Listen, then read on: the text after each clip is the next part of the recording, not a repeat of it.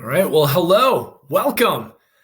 Thank you for joining me. If you don't know who I am, my name is Mark Mistalski, and I am an independent college success consultant. So, what does that mean? Basically, that means that I work directly with students and families who are navigating the whole thing about college. Like, why should I go to college? How do I go to college? Where should I go to college?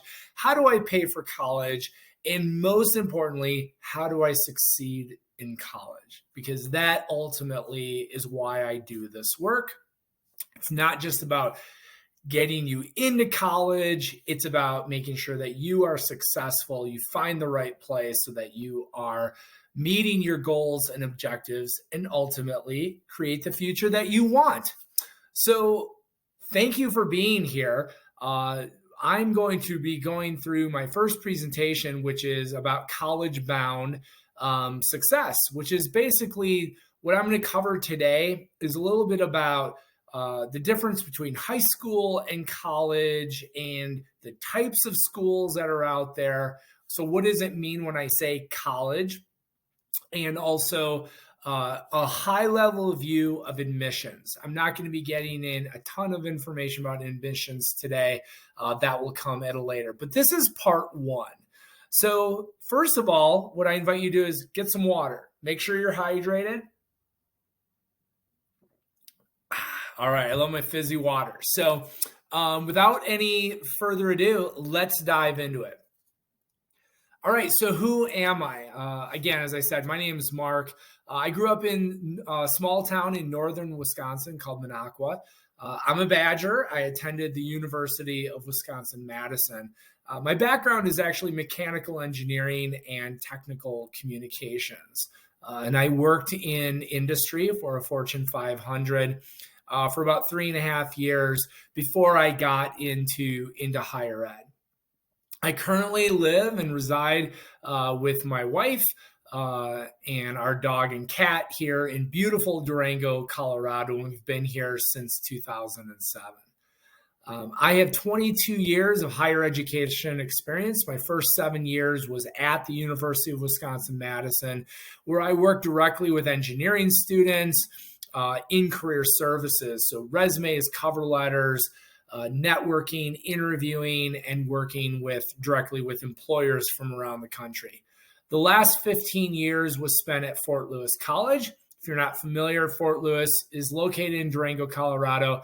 It is a smaller public liberal arts school, about 3,200 students. It is also a Native American serving non-tribal institution. And I was the director of the Leadership Center there for 15 years. My expertise over more than 2 decades has ranged from leadership development, leadership education. I utilize the Strengths and Strengths Finder and also the DISC instruments, if you're familiar with those. I have, again, a long time working with those instruments. Student activities, I have advised student government and student council for more than 20 years. I've done tons of assessment work, so really focused on what are the outcomes that we want students to achieve and meet when they take a certain class or are engaged in a certain activity. And then finally, new student and family orientation, followed by first-year experiences. So I have taught in the classroom for first-year students to help them bridge that, getting used to college. What is college going to be like? And then finally, I have experience with thousands of students, from prospective students to current students and families. I've been there. I've done that. And really have been engaged from the get-go. And I've been there during some of the biggest moments in a student's life, when they're there and they succeed and meet their ultimate goal in college. So let's dive into this. What are we going to cover? So I'm going to talk again about the differences between high school and college, so you can start really formulating what that is, the types of colleges or universities, and also admissions. I'm going to do a follow-up part 2 to this, and in part 2, I will cover the cost of attendance, first year challenges and also resources. So let's dive into this. Number one, what I want you to do, and really do this, like close your eyes, just close your eyes. And what I want you to imagine, okay, is that it is graduation day. Congratulations, right? You have made it. You've succeeded. All that work and energy and everything you've done has now paid off. It is your big day. And I want you to simply now envision what is it like? Where are you? Are you outdoors? Are you indoors? If you're outdoors, is the sun shining? Is there a light breeze? What does it smell like? And who's around you? What does the stage look like? And ultimately, your name, they call your name, and you're walking across the stage, and you're about to go shake hands with the president of the university. Again, it's your big moment. It's a celebration. And now what I want you to envision are the noises, the cheers that you hear from your fans as you're walking across that stage. Who is that? Whose voices do you hear? Who is there cheering you on in one of your milestone moments graduating from college? And I'm just going to pause now and be quiet. And I just want you to soak in what you're envisioning right now.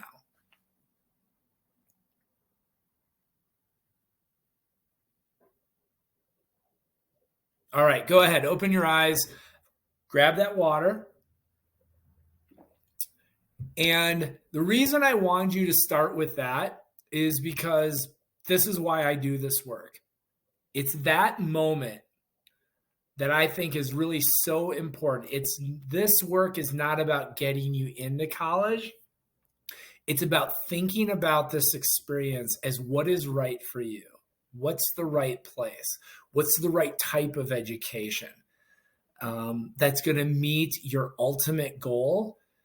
And I would say that I hope the ultimate goal isn't just that graduation day, but what's beyond.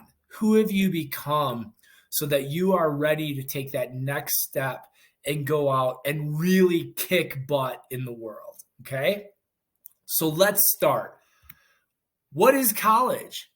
When we hear the word college, what does that mean? And the fact of the matter is that college is not just one thing. There are vocational and technical schools all around this country. And so maybe you want to be an electrician. Maybe you want to be a plumber. Maybe you want to get into some role in healthcare that may not even require, quote unquote, a college degree. So there are vocational and technical schools that you can get into. Maybe you want to be a police officer. You don't have to go to a 4-year school for that. You can go to a school that specializes, the academy, in becoming, a police officer. And they're located all around this country, maybe even in your backyard.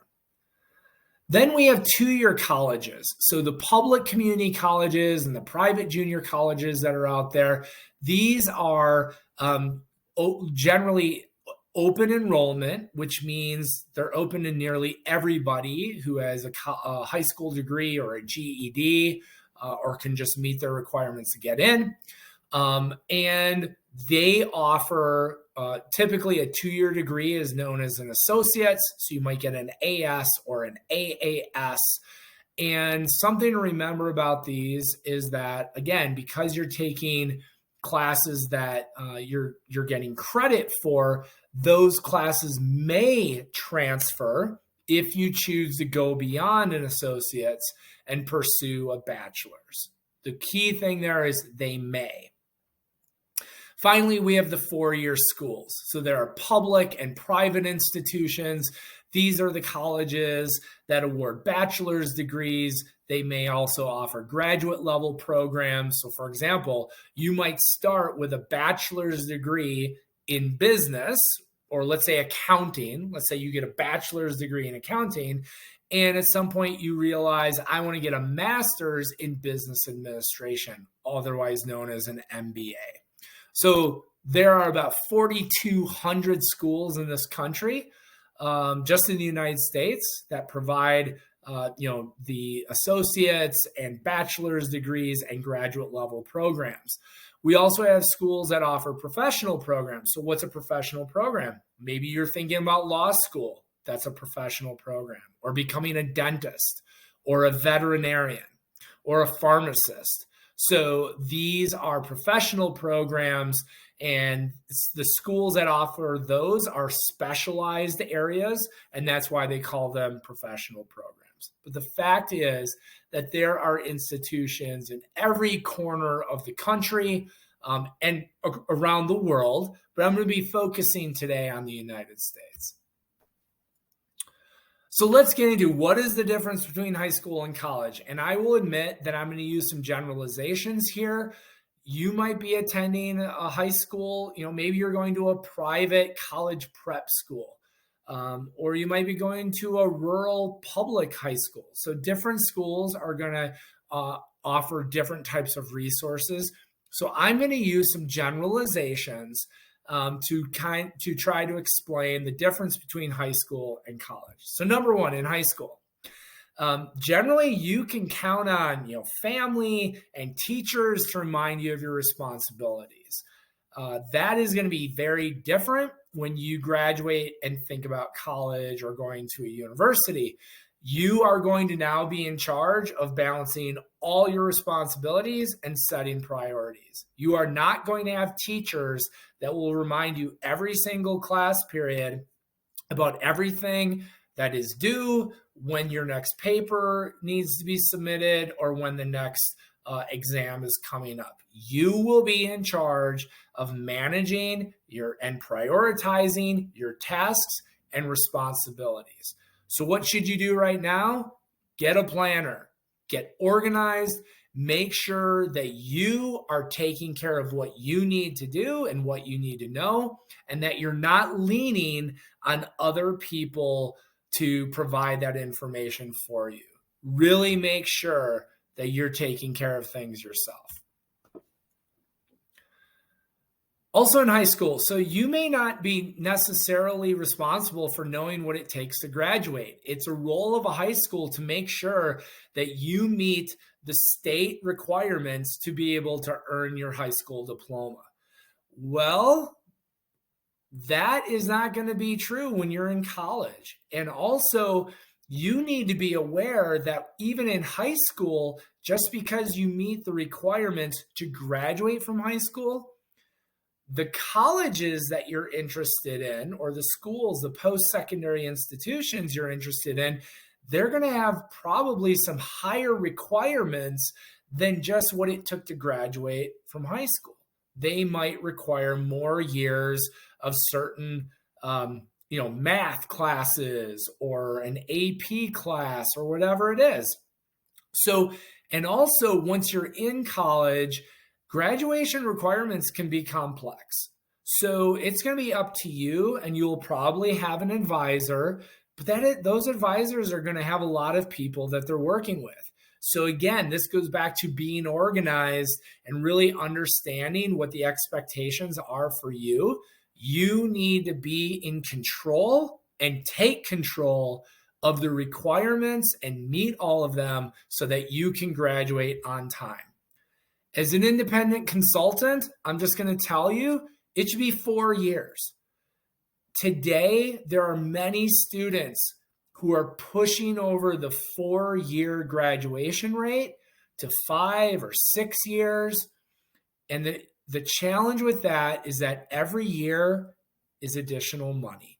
So what I would advise you to do in order to take on as little debt as possible, make sure that you are on track to graduate in 4 years or even less if you can do it. High school. So I invite you to think about, how much do you currently study? Do you have any homework?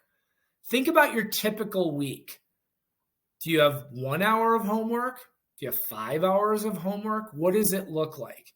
Because when you get to college, the general expectation is that for every hour that you spend in the classroom, you might spend upwards of 2 hours doing outside assignments. That could be doing teamwork projects. It could be writing papers. It could be doing, assignments, etc.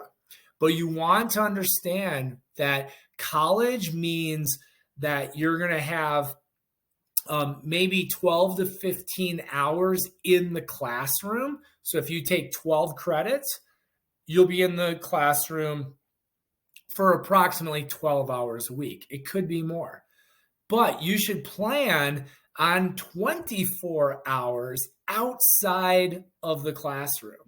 So from a time management standpoint, remember that calendar, getting organized. Make sure you understand, are you most successful studying at night, or are you more successful studying during the middle of the day? Because you are ultimately going to want to make sure that you plan the time in every week to make sure that you can do the necessary homework and complete assignments on time. All right, high school. Guess what? Teachers are generally taught to teach. They may have gone to college and gotten a teacher education degree. They're licensed within the state where they work. And of course, every state might have different requirements. But in general, teachers in high school went to school to learn how to do that, to be a teacher. Post-secondary is different. You might go into a classroom where somebody has a PhD, and their PhD is not necessarily connected to teaching. They're an expert in a certain topic, but that doesn't necessarily mean that they're an expert in teaching you how to be an expert in that topic. I hope that makes sense. And you may also find that, especially at larger schools, you might spend a year or two and not actually have professors. You might have TAs, and TAs are graduate students. Maybe they're in a master's program, or maybe they're working on their PhDs. And so they would be your quote unquote instructors. You might also come across adjunct professors or adjunct instructors. These are people who are basically contracted from outside of the college to come in because they have a certain specialty that they can teach in a given topic. So saying the word teacher does not always mean the same thing depending on the school that you're attending. Okay, so finally, do you have any teachers who take attendance for you in their classroom? Yeah, generally high schools really track attendance and they monitor that closely. All bets are off when you go to college. It is highly dependent. It depends on the professor. And let's face it, when I went to school, I had some classes that had hundreds of students. They weren't taking attendance. Now, you might hear that and think, whoo, awesome. You mean they're not going to track whether I attend? Well, that's true. But I'm going to, again, go back and invite you to think about how will you handle all the responsibilities and tasks that you need to be taking care of. And if you don't attend class, you probably don't know what you don't know. So you want to make sure that you're attending college and doing the things that you need to do to set you up for success.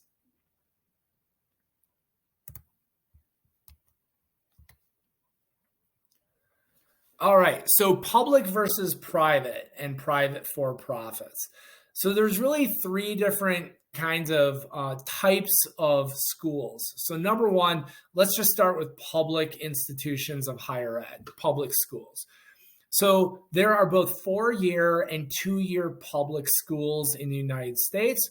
Basically what this means is they receive some amount of public financial support from their state, and they generally charge a lower tuition for their in-state residents. So I live in Colorado. Fort Lewis College is a public institution. Colorado State University is a public institution. CU Boulder is, the University of Colorado in Boulder is a public institution. So again, that means that they receive some level of state-funded support. And there are 4-year schools and 2-year schools. So many of the community colleges, so Front Range Community College here in Colorado is a 2-year public institution. So there are 4-year and 2-year schools. Next, we have our privates and our nonprofit privates. These schools are very heavily dependent on tuition and endowments. They generally could have a higher tuition and fees, and they may offer more aid for qualified students over some public schools. This is because some private schools, maybe some that you've heard of or you're familiar with, they have large endowments, like endowments in the billions of dollars. So they are more able to offer the right students, the students they want. They might offer them high amounts of aid to attend their school. But again, it depends. There are private schools out there. In fact, 40% of the colleges and universities in the United States enroll fewer than 1,000 students. So those types of schools may not have the high level of endowment, and they could be very dependent on tuition. So it's just something you need to be aware of when you're looking at, again, private and public schools. And then finally, there are the private schools that are for profit. I'm really not going to get into those very much, but think of them, they're a business operating for profit. So they often have shareholders and they have owners, and they're a very small slice. In fact, if you look at the pie chart, you'll see that roughly, over 70% of college students in the United States attend some kind of a public school, and another about 23% attend a private nonprofit. Overwhelmingly, they're going to those types of schools. So let's now talk admissions. And again, I'm not going to go down the rabbit hole here. This could be a completely different workshop on its own, and I will do a follow-up video. But let's start with just simply this fact. The majority of schools in this country accept the majority of students who apply. Now, that might go against something that you've heard out there, which it's so competitive to get into college these days. Well, the fact is that that's not true. That might be true for certain types of schools. So, for example, if you're thinking about a highly selective school, an elite school, or I'm just going to say a low chance of enrollment school. So, for example, Stanford's admit rate was 3.5% for the fall of 2022. That means that for every 100 students who applied, fewer than 4 were being admitted. But that's not true of every school. And again, the majority, in fact, the overwhelming majority, something like 75% of the colleges and universities in the U.S. are admitting the majority of students who apply. This is why it's so important that when you think about college, I invite you, don't just lock on to a certain type of school that you've heard about, or you read about in a magazine, or you heard about their rankings. There are amazing schools and fantastic faculty and programs all around the United States. Don't just get laser focused on 1 or 2 certain schools. Be open and explore. That's a great thing to do for you right now in high school. Start talking with your guidance counselor or someone like myself who specializes in helping you create and find the right school, not just a school, but the right school that you can be successful in. So let's think about admissions from a couple of different ways. So number one, I work with some students and families who sometimes say, the student has really good grades. They're one of the top students in their class. They took the SAT and did really well. So they should just be able to get into any school they want, right?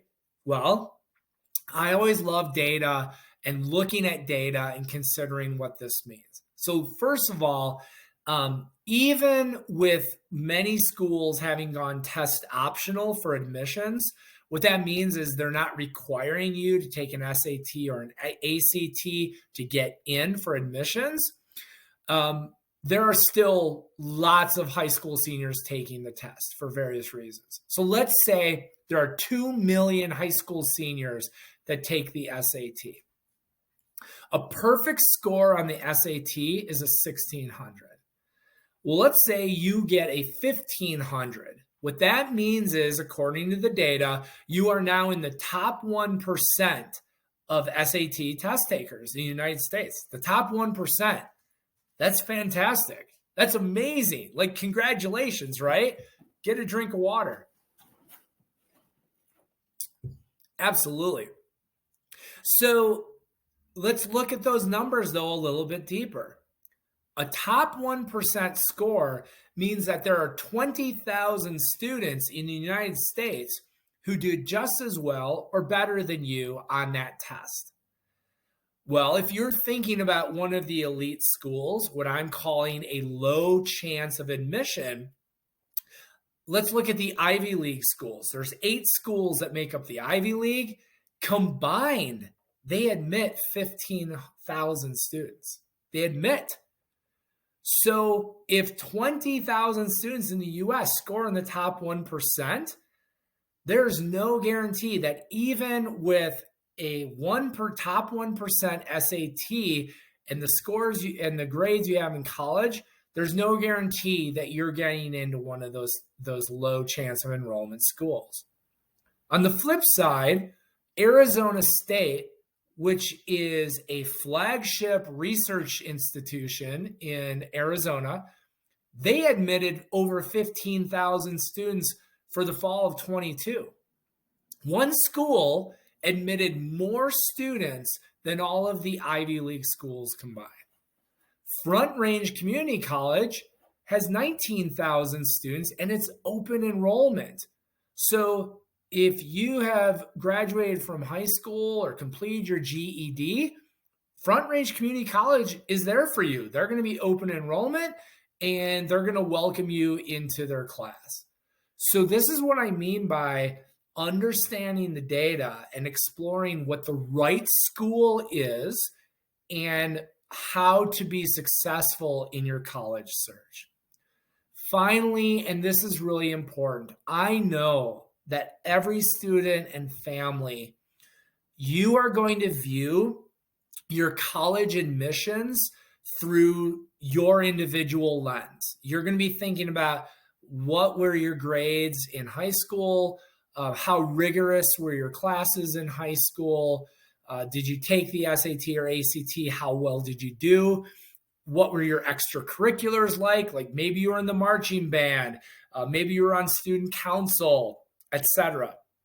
You have done everything that you have wanted to do academically, co-curricular, being involved in extracurriculars. You've done it. You've been successful and awesome. That's what you should do. The fact of the matter is, when it comes to admissions on the school side, the college or university, they are going to view admissions through their own lens. And what that means is they shape the class that they want. They are going to be looking at thousands of applications. So yours is one of them, and they're going to look at thousands of them, and they're going to consider, right, where are you coming from? Maybe you're in the U.S., maybe you're outside of the U.S. Remember, you're not just competing with students in your neighborhood and in your state, you're competing with students that come from around the world. So they're looking at things through a lot of different criteria, not just grades in your high school and SAT and ACT scores. Um, Quite frankly, their marching band might be a tuba player, and you're a tuba player. Congratulations. You might be somebody that they want because of that criteria that they need a tuba player for their marching band. They might look at gender breakdown. Right now in the US, more women are pursuing post-secondary education at a bachelor's level than men. They might want to make sure that their incoming class is relatively balanced between genders. So those are the types of things that schools are looking at and considering. And if you really want to know, well, what is their algorithm? The answer is it depends. Every school is going to be different. And they are going to, again, be choosing the students for their class based on what they believe is best for their institution. And I know that's not always right. We want to say, but I worked hard and I got the best grades, etc. Yes, absolutely. And unfortunately, there's just no guarantees. There are no certainties. And every school is going to look at it differently.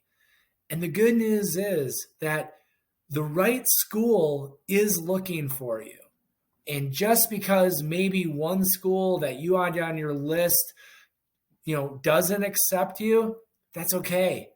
There are so many others that are ready for you and want you to come and be a part of their class, be a part of their community, and graduate and go on to do amazing things in this world.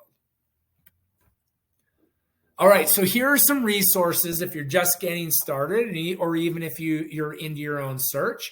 The National Center for Education Statistics, I invite you to take a look at that. All the information there is public information. If you really just want to understand what's going on across the landscape of higher ed, Inside Higher Ed and the Chronicle of Higher Ed are two resources I invite you to check out. You might even be able to get those through your local library by logging in and checking them out. From a financial aid and cost standpoint, get to know the federal student aid website at studentaid.gov.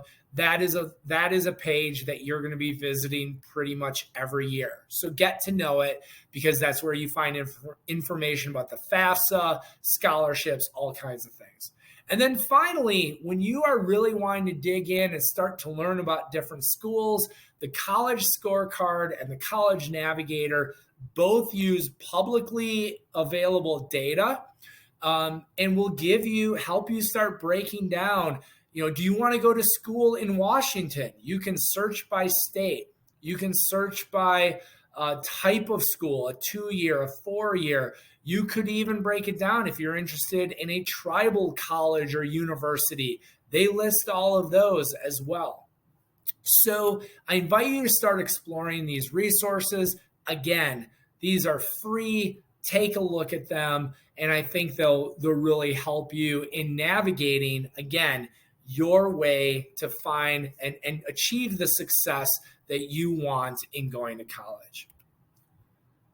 All right, that's it for my part 1. Again, my name is Mark Masalski. There's my phone number. You have my email. If you have any questions or things you'd like to follow up with, please connect with me and reach out. I'll also let you know, I'd love to hear from you. If you have certain topics that you'd like me to talk more about in future presentations, please let me know. I want to talk about the things that are of most interest to you. So thanks for tuning in. Another drink of water here. All right. Hope you enjoyed it. I hope you found it helpful, and I look forward to connecting with you on part 2.